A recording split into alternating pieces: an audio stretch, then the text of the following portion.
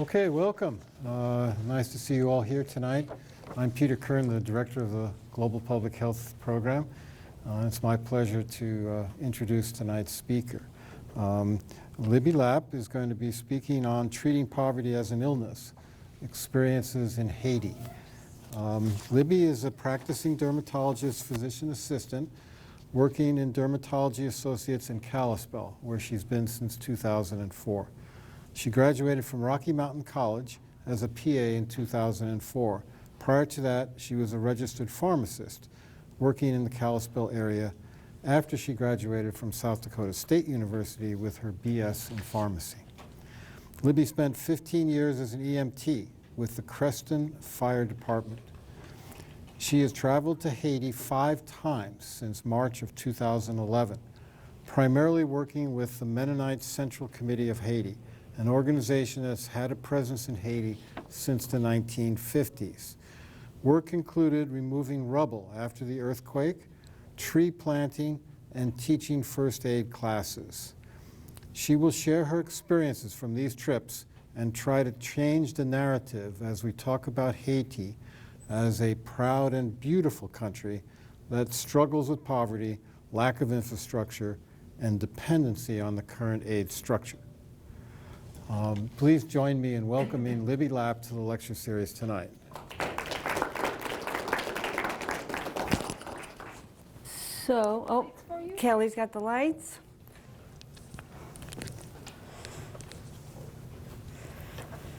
Need the reading glasses so I can read my notes.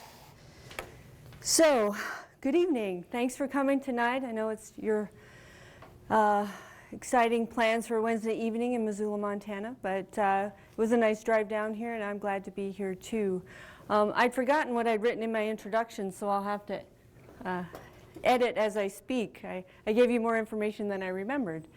So, as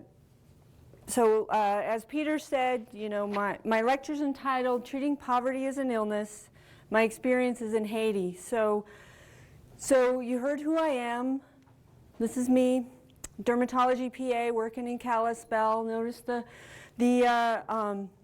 hat, the long sleeves, there's sunscreen on, so that's my plug for that. So I get to give you a little lesson in dermatology too. But so I was also a pharmacist, EMT, and did you know, a lot of this work with some of that. That's my healthcare experience, I guess. So, as Peter said, I've taken 5 trips to Haiti since 2011. I've dragged my family along with me, and my husband and I have 2 grown children, and they've gotten to come with me and experience some of this too. So this is a shot on Mount Oberlin in Glacier National Park last summer before the fires hit. So that's me. I'm going to get in the swing. So I have to figure out where my focus is. Sorry about that. So tonight, what I mostly wanted to let you know in the beginning here is it's not full of a lot of facts and figures. You know, this is not a thesis statement, information-wise, for which is what some of the lecture series gives you.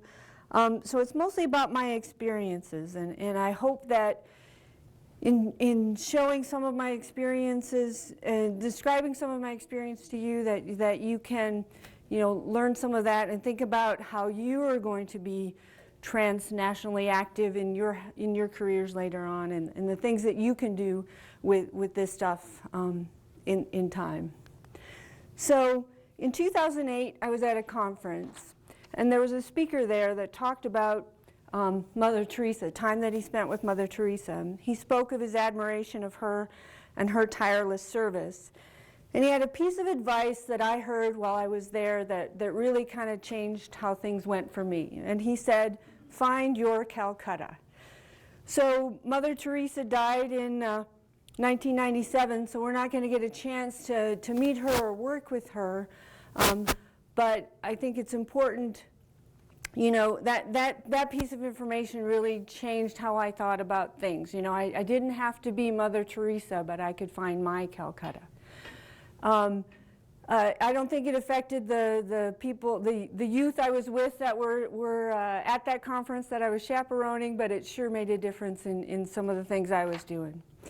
So we're not going to get to meet Mother Teresa, but someday you might get to meet this guy who I met when I was with my daughter at her anthropology conference. So Dr. Paul Farmer is, you know, one of my heroes, and I really respect him a lot, and he was receiving a word at that conference. And so what I wanted to do tonight, too, was kind of put a spin on that Find Your Calcutta slogan and change it to Find Your Partners in Health. So it can be the, you know, IHS, MSF, Soft Landing Missoula, the City County Health Department, whatever's going to work for you. It's just, I think, important that you can find that yourself. So as we said in the introduction, most of my experience has been with the Mennonite Central Committee, which has been in Haiti for 60 years. It's their 60-year anniversary this year.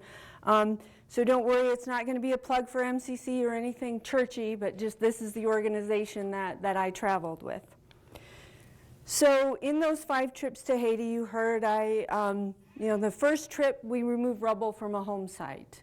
The second trip I taught first aid. The third trip I planted trees, and so a lot of my work there hasn't been in giving aid or being a healthcare provider, but more of that, you know, teaching first aid rather than giving first aid and having something to move on with that.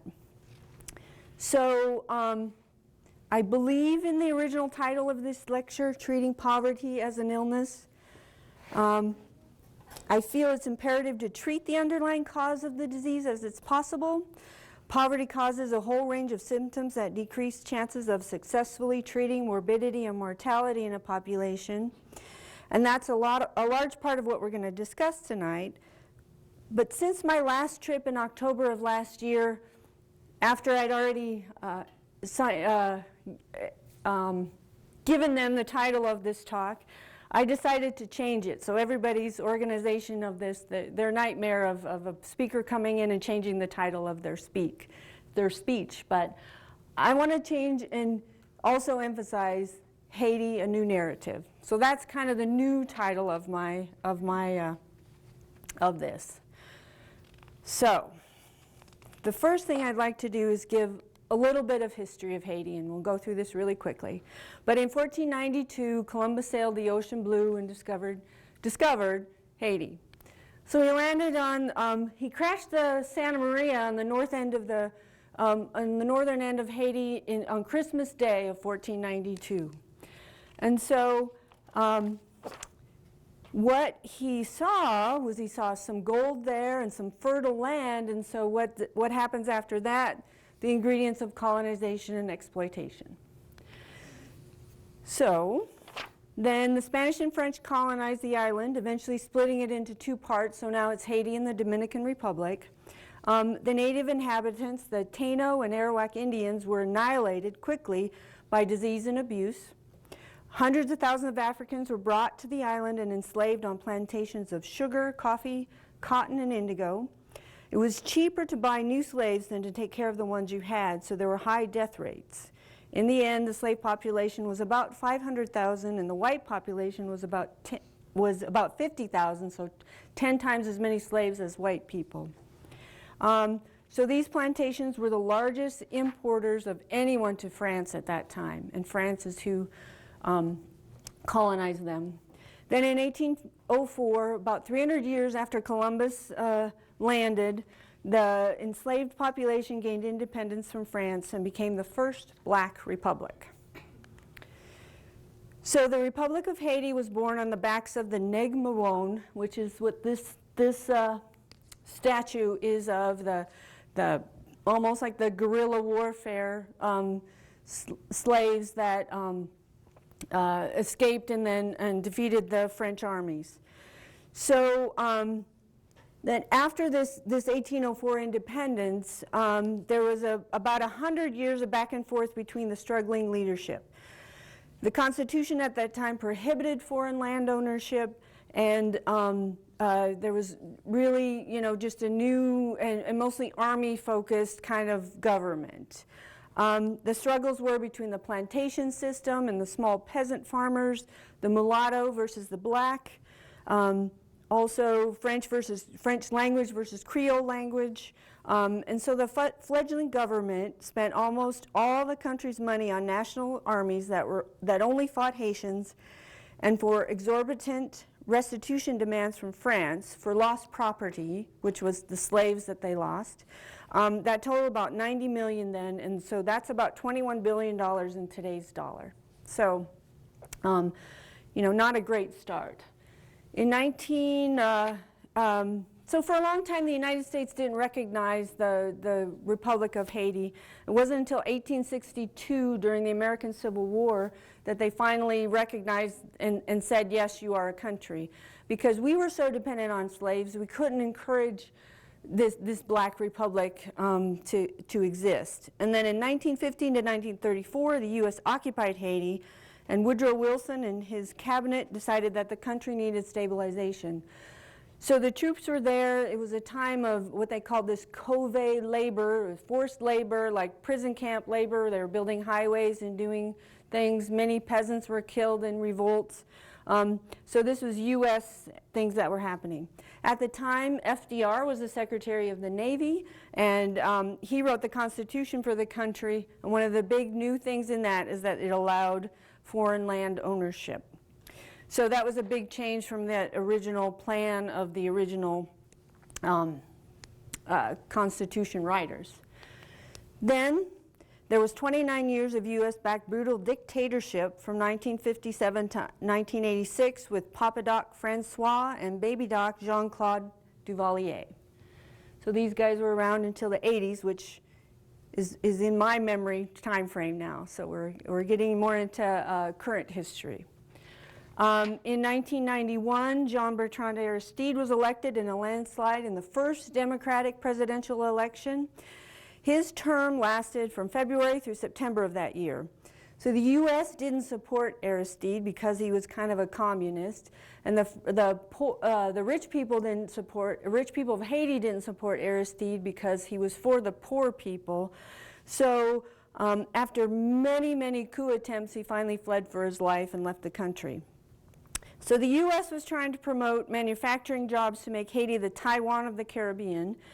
And after his ousting, the U.S. enforced embargoes against the violent coup armies who were in control. In 1994, the U.S. finally helped Aristide back into power, but only after he agreed to tariffs and wage structures benefiting U.S. agriculture and manufacturing. So then in the 1980s and 1990s, because of those U.S. embargoes and high export tariffs that produced fear, food insecurity, and caused many Haitians to flee the U.S., many were turned back or detained in Guantanamo. And this was a time of, increased poverty, increased violence. It was during the middle of the AIDS crisis, and there was a lot of deforestation at that time. In 2004, this MINUSTA, which is a UN stabilizing mission, was present in Haiti starting June 2004 to October of 2017, so they just left. So they were the only UN peacekeeping forces in a country without war. January 12, 2010, approximately 230,000 people were killed in the devastating earthquake that leveled many parts of Port-au-Prince and the National Palace. Hurricane Matthew had a direct hit to the southern arm of the island in October 2016, and Hurricane Irma, which is the one that leveled Puerto Rico, caused severe flooding in September of 2017. So these natural disasters have created great need for immediate aid in a country that struggles perpetually. Paul Farmer likes to say and calls this kind of the need situation as acute on chronic need stuff.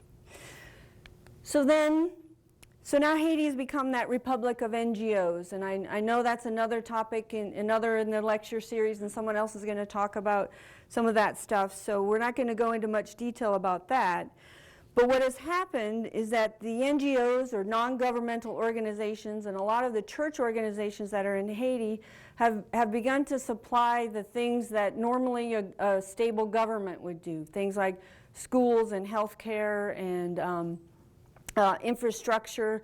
And so they've, in an unorganized manner, come in and started to supply those things, and made this interesting dynamic between the government and the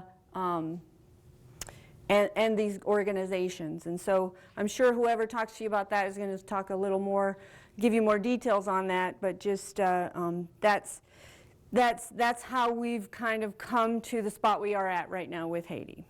So that's enough history, I think, probably. So I think before we talk about the new narrative, I want to do a little bit about the old narrative. And hopefully we're only going to spend a few minutes there. So after the 2010 earthquake, Pat Robertson came on TV and said, don't we think that this all happened to Haiti because they're evil? They've made a pact with the devil. I don't know if any of you here heard that. Anybody here hear that? All right. So because in 1804, when the slaves revolted and got their freedom, many people at the time said, these black people aren't smart enough to do all those things that they say. They must have made this pact with the devil because they do this voodoo practice, and they beheaded a pig under this big tree. And so there's these pictures of this voodoo devil ceremony that is how Haitians got their independence. And so in 300 and some years later, this person is saying that's the only reason why these bad things happen to people is because they're evil and they've made a deal with the devil. So the other thing is that's happened is that we have this Hollywood image of what voodoo is, and we have voodoo donuts and voodoo zombies running all over the place, and rather than talk about it as the religion that it is, we have this image of what voodoo is, and that the Haitian people are evil because of this. So I had a patient who I saw soon after I'd returned from one of my trips, and in the office visit she said to me, "Don't you think that all the things that have happened to these people is because they're evil?" And so that's some of that attitude, that old narrative that's happening that some people talk about Haiti. So many church organizations go to Haiti because they think that's their job, to go and convert the heathens from their devil worship. So here's the next old narrative. So Haiti, constant tagline, the poorest country in the Western Hemisphere. So hopefully that's the last time I say that. And it's not untrue, but it's certainly a negative thing that we constantly say about this country. The other little thing in this slide that I copied from somebody else says, appreciate what you have and develop, it said, empathy for those who are less fortunate. So the first time I went to Haiti, I went with my 15-year-old daughter. She was then 15 years old. And that's what a lot of people were saying to me. Oh, she's going to learn how to appreciate what she has. And that first trip, I think that's where my mindset was as well. So I was probably thinking this too. Haiti's the poorest country in the Western Hemisphere, and I really need to appreciate everything I have after I see how bad off they are. All right, next old narrative. In the 1980s, the AIDS crisis was full-blown, and this is a picture of a Haitian protest in New York City. So in learning about the new disease of AIDS back in the 1980s, they talked about the 4 H's, and that's how you knew who had AIDS or who you should be careful for. It was homosexuals, hemophiliacs, heroin users, and Haitians. Those are the people that had to do with the AIDS epidemic. And it was taught, by myself included, that the virus came from Africa to Haiti and spread from there through drug use and illicit drug trades, and that from Haiti. There's also deforestation in Haiti. The old idea, the old narrative would be that deforestation and desertification is only due to over-harvesting and can't be reversed. So you can see, I hope this comes through in this light, that in the 1980s, there was certainly many fewer trees in Haiti than in the Dominican Republic, which is the other half of the island. But today, it's even worse as you go down that border. But it's also worse in the Dominican Republic. So, certainly an issue that needs to be addressed, but kind of an old idea. And then there's this. So words from our own president, that Haiti is I hope it's okay to say this, and it's being recorded. Haiti is a shithole, it says it right there. And that we should probably forget all these temporary protected status policies that we have for them and send them all home, and certainly not let any of them come into us. And finally, that it takes a white knight to come and save the day. Or at least Spicoli. Do you guys know him as Spicoli? Okay, Fast Times at Ridgemont High. I forget how old I'm getting, but Sean Penn, if you do. What's another character that's more years that he plays? Milk or something like that. All right. So most of the current aid systems in Haiti and around the world is in this neo-colonialism dependence model. So we need this heroic white knight to fix all of the people, and the people there don't know how to do it for themselves and they don't know what's good for them. And so if that republic of NGOs never gives the voice to the people they're serving, then things never change. It's an old adage, and it's not from the Bible, though we sometimes say it is, that if you give a man a fish, he eats for a day. If you teach him to fish, he teaches for a lifetime. So we're trying to teach people to fish. But once you've taught them, you have to let them fish. And that's part of the problem with a lot of the current aid system. So tonight I want to have us put on a new set of glasses as we're looking at this. We had about 5 slides of the old narrative, and I want to give you about 5 examples of some of the new narrative and some of the projects that I've been part of in the last years. So they represent the model of partnership versus paternity, and hopefully can give you a new vision of Haiti. So here's a map. I love maps. I hope you like maps too. So this is the country of Haiti, which they say is about the size of Maryland. This side is the Dominican Republic. And here's where the capital of Port-au-Prince is, in this lovely little bay here. So what we're going to do is we go into Port-au-Prince here, and then we're going to go to this neighborhood called Pétionville that is in Port-au-Prince. So this is Père Simon. He's with the Catholic Church. In 1994, he and his group of Catholic people started a school a school program for the Restavek children in Port-au-Prince. And the Restaviks, which just means stay with, are children who have been given up by their families. Most of them from the countryside have been sent to the city to live with other family members, and they ended up becoming indentured servants to those family members, or street children, or were put in orphanages. So all these children that were in Port-au-Prince that had no education, had no income, had no future, they started this school called Timkatech in Port-au-Prince, and this Père Simon was one of the people who started that.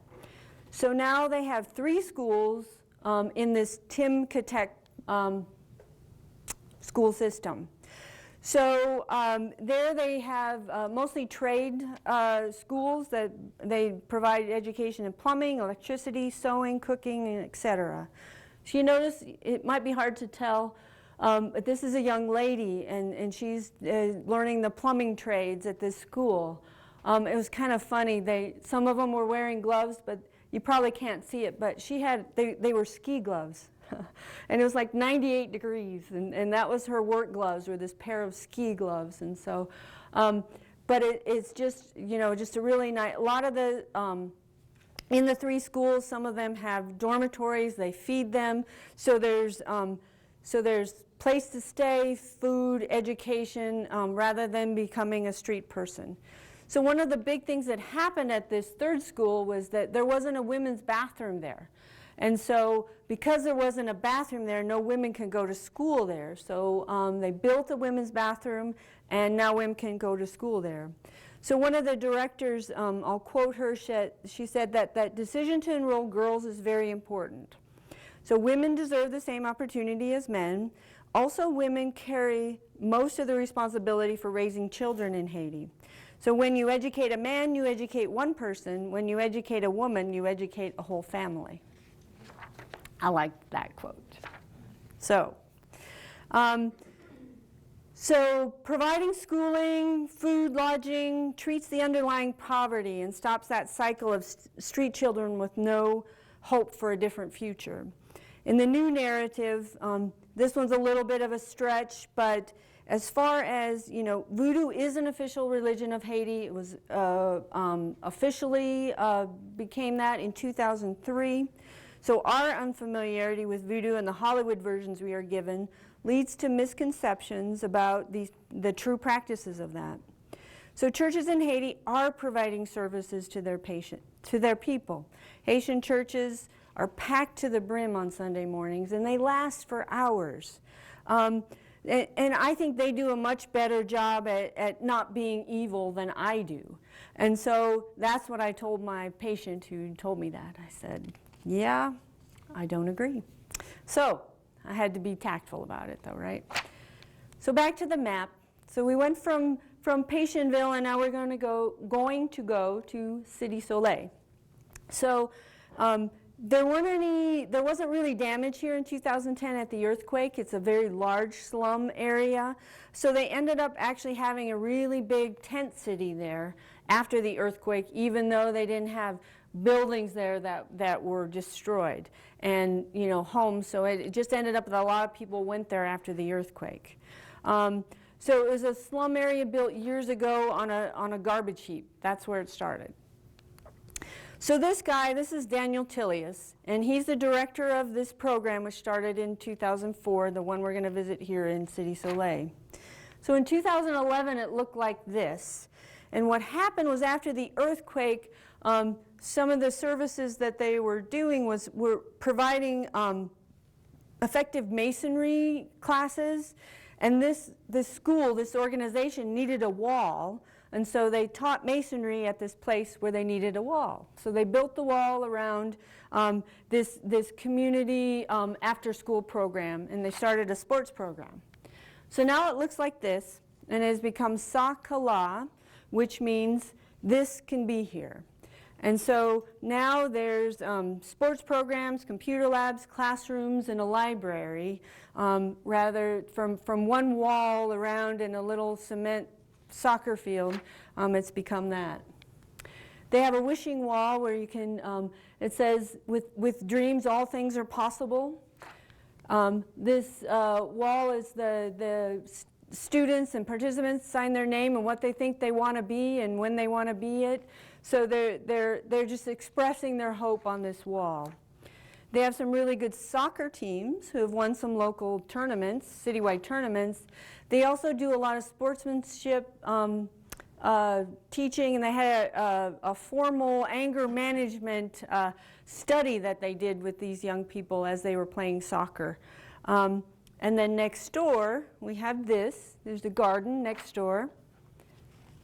Have you ever heard of Tap Taps? Those are the buses that they have in Haiti that have all the painting on them, the bright colors and painting. They spend like a year's wages decorating their taxi bus. Most of them have Bible verses and many like soccer players and Rasta guys, and so these Tap Taps are all decorated. So they named the garden after that, big and colorful. So this is what it looked like in 2011. So it was a garbage dump full of broken glass. My sister-in-law, who came along on that first trip, she has degrees in botany and soil sciences and worked in revegetation at Glacier National Park for years. And she was appalled at this soil. And there was nothing really growing there at the time, but she was just like, you know, there's no way that's going to work. And you can see that there's not much happening there. But this is what it looks like today, at least one part of it. They have bees and hives and all kinds of plants growing. So the garden is for those in most need. And in the foreground here, this is Eveline. She, a few years ago, she had a child, and she was unable to go to school because she couldn't support the child. So she was given a plot in this garden, and now she has produce and things that she can sell, so she now can go back to school. You can see she's in a uniform, and support her child and have some future for all of them. This little pole here, what it says is keep peace alive everywhere forever. I like that too. So we treat poverty by giving the young people in the slum area somewhere to go. They can stay out of the gangs and advance their educations. And there's hope for the future because they've been given a chance to succeed. The new narrative is in this country with few resources, we can still develop programs that help those in need. Their wages and gross national product may be the lowest in the Western Hemisphere, but those numbers don't reflect the great value in their community. So having appreciation for things Haitians can teach us is a worthy aid goal, rather than my gaining appreciation for what I have by going there and doing aid. That's really a pretty selfish thing to do, pretty selfish reason. And I am guilty of that myself. So back to the map. I love maps, remember. So we were in Port-au-Prince here, so now we're going to move out to the countryside. It's kind of zoom in there. Some places of note on this map. Hinch, has anyone in here read Mountains Beyond Mountains? Story of Paul Farmer, the man who had changed the world, something like that. This is where the clinic he had first. Mirabelais is where the new Partners in Health Hospital is. Verret is where there's a cholera treatment center, and this Artibonite region is where most of the cholera really hit hard. So that's what we're gonna do. Let's talk about cholera. So this slide shows a justice project for the victims of cholera that's being done. It's called the Faces of Cholera. So if we just read this slide that says, the victims of cholera in Haiti call for UN justice. So in mid-October 2010, the worst cholera epidemic in the world erupted in Haiti. Numerous scientists, including a panel of experts appointed by the United Nations, have documented that UN peacekeepers with the UN Stabilization Mission in Haiti, which is this MINUSTAH, that's the French acronym for that, introduced cholera to Haiti by improperly disposing of sewage into Haiti's largest river. So Haitian victims have persistently called on the UN to accept responsibility, invest in water and sanitation to eliminate cholera, and provide reparations. So these are just some of the faces of those people who were waiting for justice from the UN. And they had these these photos of these people in a public place and talked to, and this was the campaign they were doing, trying to get the word out. So this is the Artibonite River, which bridge that's going over that in Mirabelais, which is near where the Nepalese UN peacekeepers were in Haiti that brought this Nepalese strain of cholera into Haiti after the earthquake. So this map, and it doesn't come across, the black zones are red zones. So this shows how much of these black zones are the bad cholera areas in Haiti consistently now. So this is that Artibonite region that we were looking at. And that's where the projects that I'm talking about, that I'm going to talk about, are mostly centered. So, but we all know, so I said shithole earlier, but we also know that shit flows downhill, right? So, so we're going to talk about prevention projects in the high mountains, because if you don't treat the cholera and prevent cholera up where it is in the high mountains, you don't ever eradicate it. So no one until recently went anywhere other than the river valleys and villages that were right there. You know, no one went up into the highlands. So I just thought this was it's a really pretty picture too, huh? So this is Florimond Concel and Pierre Litana. They're members of the local management committee which oversaw this project that I'm going to tell you about. So basically it was a latrine and hygiene project. So a component of this was a latrine for every family in the community. So that sounds like a good goal, but you think, well, maybe you could do fewer latrines and the families could share. And then if you think about that, can you imagine sharing a latrine with another family, and who's going to clean it, and who's going to do this, and who's going to move it? You know, it just doesn't work to do the sharing. So to start, before they started anything, they made sure they had enough for a latrine for every family. So MCC, the organization, provided materials, some engineering, some road work to help get things up there. But the Haitians did all the work, all the construction, all the digging, all of that kind of thing. So each family got a latrine, and before they had nothing. So they had to go to the bathroom. They just went wherever they were, basically out in the open, often near water supplies and things like that. So it's really made a big difference for them. So water treatment is another, and hand washing hygiene are the other important components to this cholera prevention product. So they were given education, buckets, filters, all that kind of thing. So what were the results of this project? Well, 631 latrines were built. They were completed and are in use by about 3,786 people, and 75% of these are children. So 130,000 residents have benefited from the treatment center, which is in Verret, also in all of this latrine project. And there are 0 cases of cholera reported in the communities that are participating in this project. So they want to do more, and they're going to do more. So in treating poverty, when you look at this, that MINUSTA and the UN, which caused the cholera outbreak, should be doing more to stop it. The Haitian people shouldn't have to use their funding, their resources to correct this negligence. The new narrative, the current cholera projects in the highlands have been very effective, 0 cases. So we need to change how we think about treating that, and that we can do a better job with that. Cholera, TB, and AIDS and other communicable diseases are not the fault of the people who are afflicted or of their ability to solve the issue. So in looking at AIDS specifically, we still now do believe that AIDS came to the U.S. from Haiti, not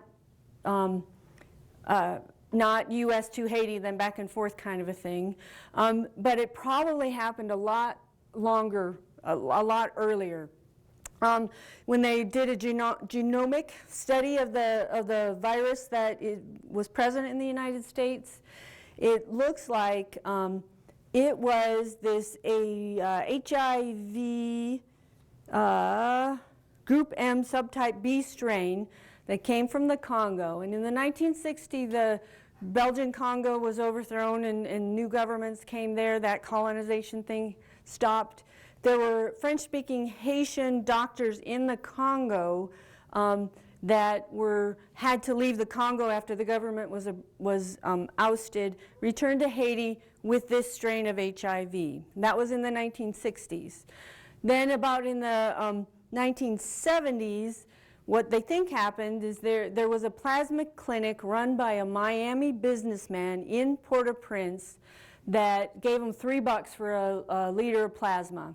And they reused the needles, didn't clean the needles, and just, spread that virus through the population of Haiti through that clinic was likely one of the big sources of it. And also then that plasma came to the United States. So there was that and then it hung out for about 10 years, and then it finally got on our radar in the 1980s.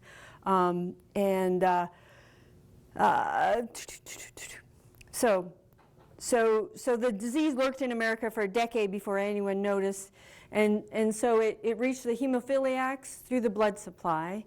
It reached drug addicts through shared needles, and it reached the homosexual men by sexual transmission. But it also reached the Haitians from unscrupulous, greedy businessmen. So just a little different look at that AIDS epidemic, how it spread. For a while, people were saying that they didn't think it came from Haiti, but it probably did, but the story's a little bit different than what we've been doing. So back to the map, and another project in this Artibonite region is agroforestry. So again, mostly in this neighborhood here that we're looking at where most of the programs were. So this is Michelet. He's been working in reforestation since the Duvaliers, so since back in the 1980s. He and I think he's even younger than me. It's hard to tell from that picture, but I think he looks older than me, but he's a little bit younger. But he's been doing all of this work there for a long time. These are tree seedlings getting ready to be planted.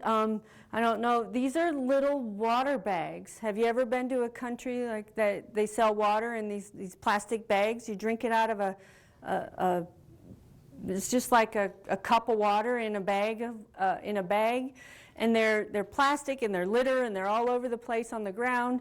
But what they've done is take these little water bags, cut them off, and use them to plant seedlings for the reforestation. So now there are community co-ops in places that plant thousands of trees every year. So originally MCC provided all the seedlings, did all of the work, and now they're just doing the infrastructure because the communities and their co-ops have taken over and have sustained this project for several years. So many hillsides have been reforested. And then as we look, so yeah, many of those, we did a good job reforesting many hillsides. There's certainly a lot more to go, but it's a successful program that works using the Haitian communities and the co-ops, getting it started, and it can be sustainable. So the next thing we look at is some of the planting ag strategies, such as terracing, crop rotation, and fencing. And they need the fences to keep out all those heifer project goats that they send to every place, because they like to eat all the things you planted. So the visible crop here, that's actually not the best practice. A big crop of the same thing, all in the same place, not in terraces and stuff. So actually we're going to go down into this ravine and look at some stuff. So this is one of the projects. It's a little bit hard to see, but it was abandoned land that flooded during the hurricane. And since then it's become this lush garden. You can kind of see there's a few strings of barbed wire and then plants planted through the fence to keep the goats out. There's terracing, and it's just this lush garden that's growing all kinds of stuff for the people that are on this land. So the other thing that happens is that they need to look for ways to store their seeds through the years, or over to the next season. This little thing up in the palm tree is like seeds they've tried to store. They tie them up in the top of the tree, or they put them on the top of their house, and either some of it makes it through, or between vermin and mold and rot, they just don't get a real high return from that storage program. So another project are these Haitian-made metal seed storage bins in enclosed structures that are working well for the seed storage. So we're treating poverty by stopping the cycle of cutting down all your trees to sell to make charcoal, selling all your harvest to survive because you're desperate and hungry, borrowing money to plant a crop even if you did save some seeds but there was a good chance they weren't usable, and also making no money from all your work, ruining your chances for future income or your children's education. So the new narrative on that is that effective agroforestry projects can slow down deforestation and desertification and provide life-giving food and income to the peasant farmers. So, but also that climate change and these extreme weather events also need to be addressed because they're contributing a lot to this desertification, deforestation as well. So next, you have to have pictures of kids, right? So in that slide about cholera, it said 75% of the people helped were children. So a large child population. So in treating this community, they've also started what are called these kids clubs. And so while they're at these after-school kids club programs, and not all the kids are going to schools, but they all can go to these kids clubs. They're learning about hygiene, disease, also building self-confidence. They had a little talent show while we were there, and they did little plays and danced, and you know, they were just so excited to perform and be a part of that community and proud of what was happening on. So we treat poverty by treating those children, you know, giving them a chance. You know, they bring what they learn home, and it just increases that cycle of education for things. And the new narrative of things that life in their country has promise, so they don't have to rely on the U.S. immigration policies or the temporary protected status to have success, and that their country that they live in isn't a shithole. So, so that's the new story that's being played out in those communities. So this slide, my Haitian Creole is not very good, but Deye Mon Gen Mon means there are mountains beyond mountains, and that Creole proverb is you know very appropriate, and it talks about the challenges and the opportunities. You know, behind all these mountains, there's another mountain. That's the literal reference to that. And there are a lot of mountains, and there are a lot of mountains beyond mountains there. But also there's a challenge behind every mountain. One thing starts to get better, and you find another challenge. But there's also an opportunity behind all of those mountains, and we can do that. So Haiti does have a complicated past, present, and future, and it is hard to advance without effective government infrastructure, but reliance on the current aid structure of most of the NGOs in Haiti doesn't seem to be the answer. There must be better ways. So I need to be quicker to repeat this new narrative and give this beautiful country the respect it deserves. So I want you to find your own Calcutta, and I hope to hear about it from you someday. Are there any questions? Thank you. How much time? Are we still?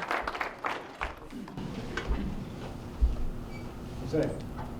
Yeah, so this is going to sound a little personal, but I wanted to draw a little bit from your experience on cultural competency. So I'm from Chile originally, and I'm going back home soon, probably to work in public health.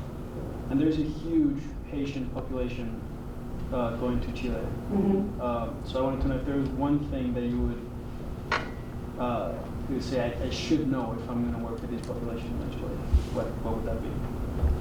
Well, that is a very big question.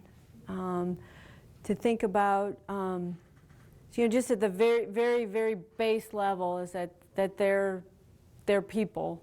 You know, they're people with a big past, with a big need, with of all the people I've met, none of them really wanted to leave. None of them wanted to go to these other places. It's just, and I have like the very shallow understanding of immigration and you know, from the Chile, South America, Central America, Mexico, United States, that whole line of immigration and need, and you know, it's a whole pipeline of issues. I know a lot of the Haitians went to Brazil and worked on the Olympics things, and now they're ending up in the United States and being sent home, and you know, so all of that migration process of trying to find something new and better. I really think the biggest thing about it is, you know, not forgetting that they're people with the same needs that I have, the same need for respect, the same need for health care. You know, culturally, I can't think of anything that like would be this huge faux pas other than, you know, the normal keep families together as you can, and you know, that family is very important.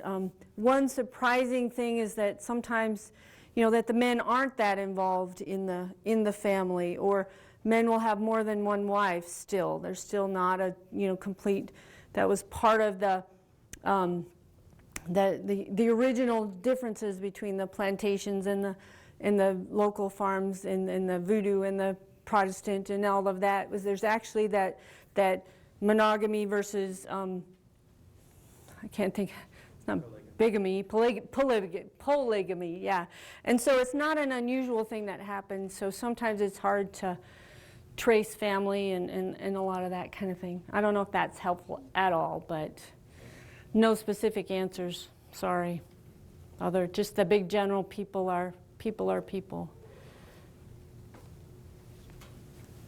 Here, how is the cholera, which originated in Nepal, being not spread beyond Haiti, because the Nepalese probably are less frequent travelers than the Haitians are, traveling in a very long sense. Yeah. It's like, how are they not taking it to children? Yeah.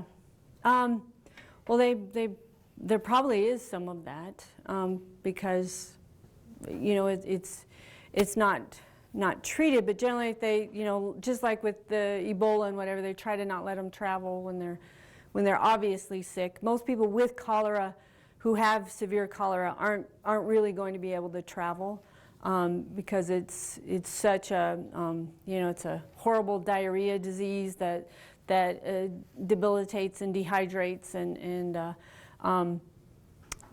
so I think that might be part of it. You know, the people that have it aren't traveling, but it's certainly a potential for that.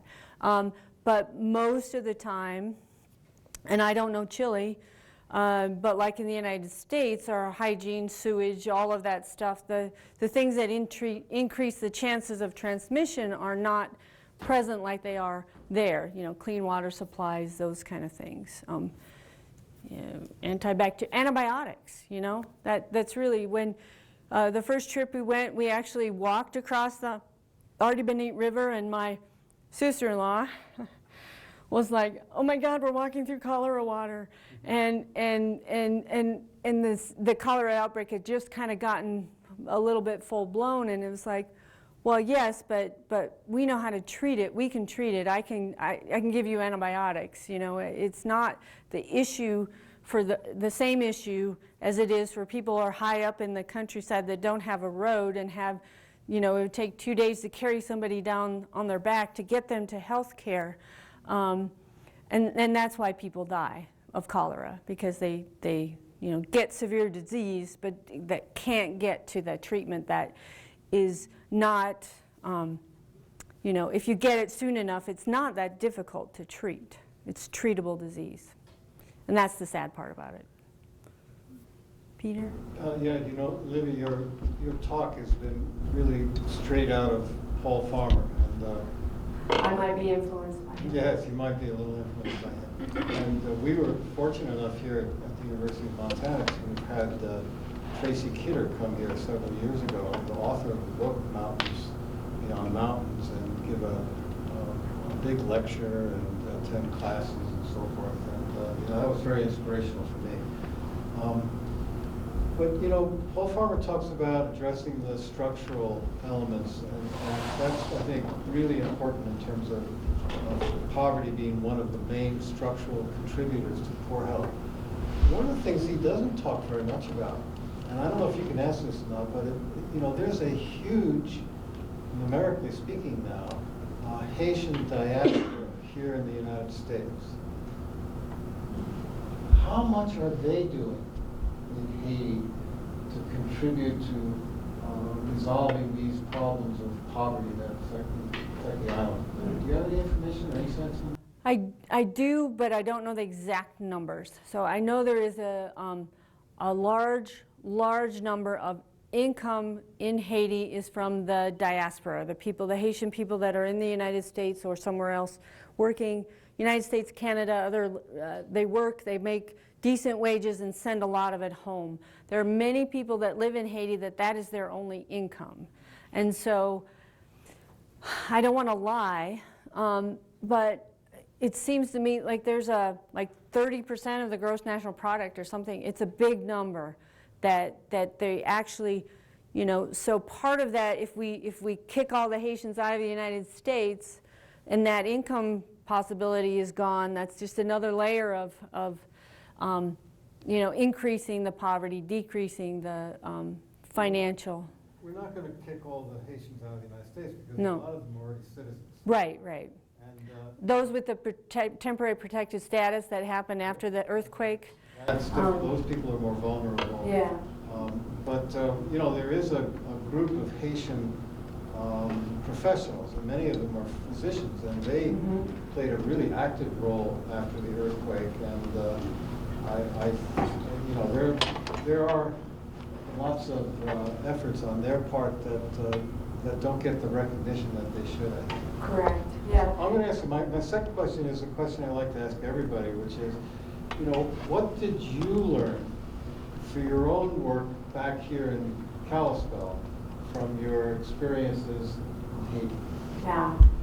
So I want to just go back 2 steps from, you know, part of that, you know, the diaspora and the professionals and there are many, you know, rich Haitians or well-educated people who had the sources to get good educations come and become doctors, you know, those kind of things. And I don't mean that in a negative way, but those are the people that are able to do that. And then they find that they don't want to go back because it's a lot easier to live where they are in their profession. Plus, they send the money back. So that's another big problem of all the, you know, that the people staying aren't the people that are educated and able to do. But that's improving, I believe, as well. So back to what have I learned?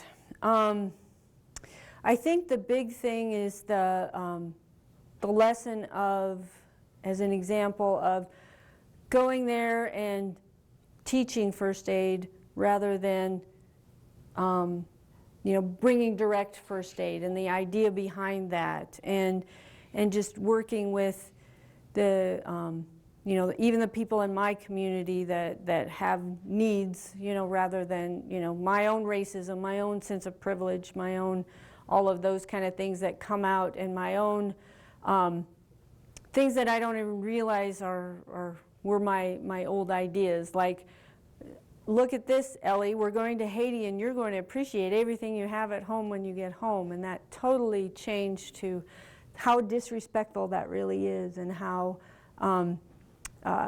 you know, I go to do these things to meet people and learn things, and not go to be the person that's going to solve their problems for them. So I probably could do more at home as far as, you know, direct aid and things like that, but also just that whole idea of, you know, teach them to fish and then let them kind of thing. I'll go back. So I remember reading about partners' work around the Peligre Dam with accompanitors. Sorry, I got terrible. The accompaniment model of like community health workers getting people with HIV and TB to stick with their treatment plans by like going into these rural communities. And my understanding that intervention that Partners was carrying out wrapped up formally like a year or two ago. Is that model in place, like in that sense that they were using it, the partially medically trained accompaniment model with these mobile community health workers? Was that something you saw? I didn't see much of that just because the people that I was with weren't doing that, that particular service. They did have nurses that were doing education, so there's, prenatal health, there's all kinds of, just your general medical help, not necessarily just for AIDS and TB, not for the big 10 diseases too, just your normal stuff that happens day to day, and other diarrheal diseases which are very common. So I know there's some of that, and there are some hospitals, and many of the hospitals are being turned over to the Haitians rather than being run by the organizations that were, the overseers for that.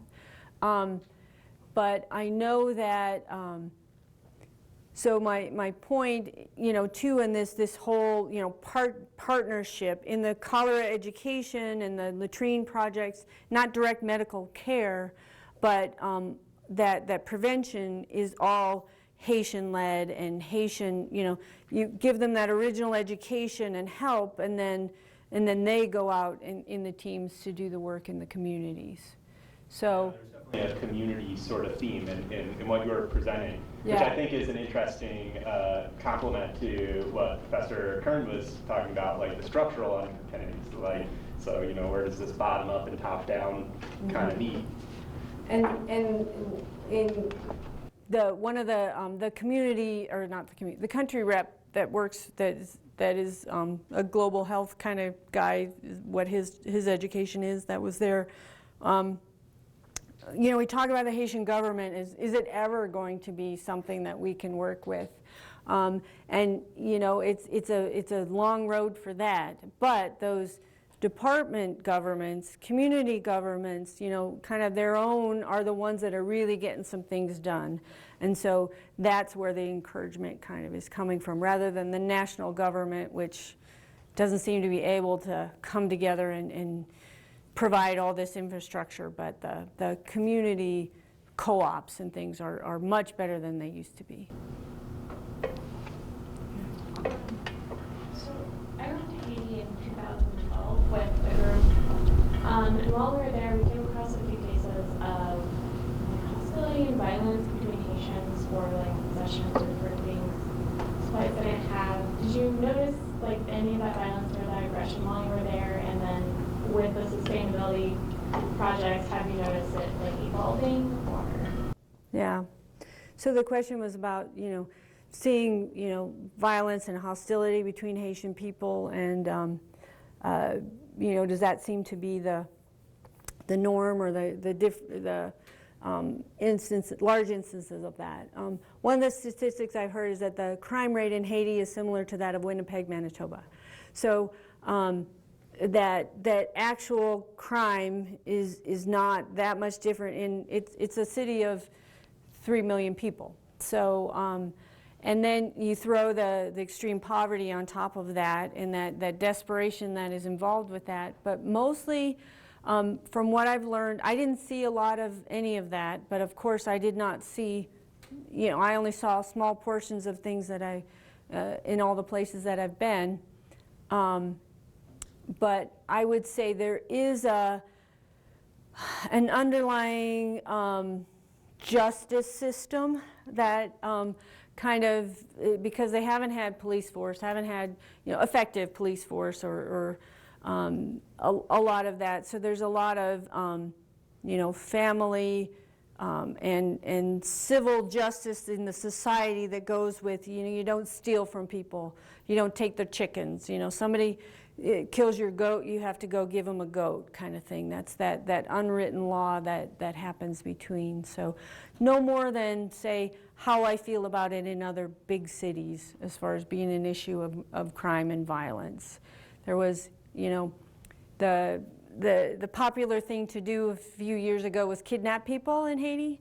And so I think there's still once in a while a little bit of that, but also what I was told, maybe they're just trying to make me feel better, was that it was mostly, they were kidnapping mostly rich Haitian kids or people, and they'd take them, and then they'd get their money, and then they'd let them go. It wasn't like a kidnap murder situation that we're used to when we see on TV and all of that. But anyway, I'm not trying to downplay it, but it's just those kind of crimes that come out of the, you know, that poverty of that. I don't know if that answered. If I saw a lot of violence, no. But I think I saw similar to what I would see in any other large city. But your experiences may have been different as well. We have time for one more question. Anybody have a question? Here we go. You mentioned that the Haitian-led community involvement in schools and hospitals is improving, but I thought I heard you say that the NGOs and church groups aren't really being the most effective in that. Like, who's leading that collaboration, the cooperative? You said co-ops, community co-ops are doing, taking the lead now to make it more sustainable. Mm-hmm. So Who's doing that? So the question is, you know, we see things improving, but the NGOs are still there doing all of that. And I would say it's selective. In the groups that I've been with, the emphasis has been from day one, partnership. You partner with Haitian providers. Many NGOs, which you're going to get a whole nother hour and a half, 2 hours on, again, I believe, you know, talking more specifically about that. And some of the books I've read, you know, are just, you know, my donor says I have to do this, and so this is the program that we're doing. And these educated people from the United States are going to run this program, and we're going to tell you what you're going to do and what you need, and we're going to spend the money on this and this and this. And that's how a lot of aid organizations go. It's also very big business. You know, they call it the something Beltway.